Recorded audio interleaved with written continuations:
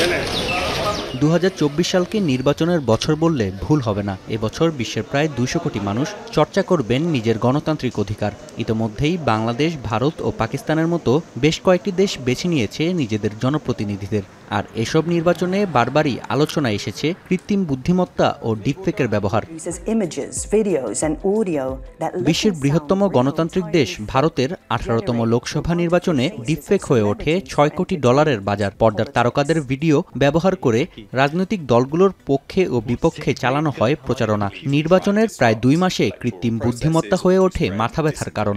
AI generated voice ব্যবহার করে ভোটারদের কল দেয়া হয় 5 কোটি বারের বেশি। কৃত্রিম বুদ্ধিমত্তা কি ভোটারদের মতকে প্রভাবিত করতে পারে? এই প্রশ্নের উত্তর খোঁজার চেষ্টা করেছেন গবেষকরা। 2023 সাল থেকে 112টি জাতীয় নির্বাচন পর্যবেক্ষণ করেছে দ্য অ্যালেন টুরিং ইনস্টিটিউট। ব্রিটেনের ডেটা সায়েন্স বিষয়ক প্রতিষ্ঠানটির দাবি, কৃত্রিম বুদ্ধিমত্তার সরাসরি প্রভাব শনাক্ত করা গেছে মাত্র 19টি নির্বাচনে। তবে গবেষকরা বলছেন, নির্বাচনগুলোয় ভোটারদের মধ্যে বিভ্রান্তি তৈরির মতো এআই এর পরোক্ষ প্রভাব ছিল বেশি। And information sources, deepened political polarization, the kind of consolidation of echo chambers. All of these things, I think, deepfakes and AI threats are just enhancing. কৃত্রিম বুদ্ধিমত্তাকে আলাদিনের জিনির সঙ্গে তুলনা করেছেন অনেক গবেষক, যা বোতল থেকে বের হয়ে ক্রমেই পরিশীলিত হয়ে উঠছে।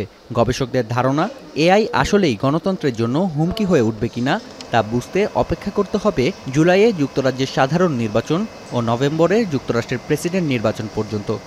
So you have the spread very fastly. You have information is really convincing, and you're not even aware that you're being nudged. So that's a perfect storm for trying to meddle with elections, for example.